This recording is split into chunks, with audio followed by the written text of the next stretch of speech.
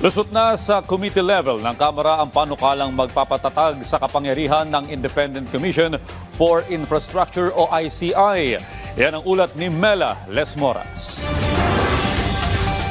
Umaasa si Navotas City Representative Toby Tiangco na malalagdaan ni Pangulong Ferdinand R. Marcos Jr. ang panukalang magpapatatag sa Independent Commission for Infrastructure o ICI ngayong taon. Kahapon, matapos ang masusing talakayan ng House Committee on Government Reorganization, naipasa na sa committee level ang substitute bill para rito. Sa ilalim ng panukala, gagawin ng Independent Commission Against Infrastructure Corruption o ICAIC ang kasalukuyang ICI. Palalawakin din ang kapangyarihan nito, kabilang na ang kapasidad na maglabas ng whole departure order at magrekomenda ng pagpapakansela ng passport. Gayon din ang aktwal na paghahain ng reklamo laban sa mga sangkot sa katiwalian at pag-freeze o sequester ng kanilang ari-arian. Tuwiran ding ipinag-utos sa panukala na dapat ay naka-livestream na ang mga pagdinig ng komisyon, maliban na lang kung kailangan talaga ng executive session. Sabi ni Tiangco, malaki ang may tutulong sa kampanya kontra korupsyon ng gobyerno kapag naipasa ito, kaya't inaasahan niya na mabilis ang magiging usad ng panukala.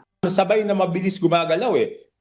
Mukhang nauna pa yata ng isang araw yung pag-approve ng Senate nung kanilang version, di ba? Doon sa komite. So nakita natin na kahit sila yung nagba-budget hearing, talagang pinaprioritize nila ito. So, ang mangyayari niyan, ang target is mabaycam before mag-break. And I think we have enough time.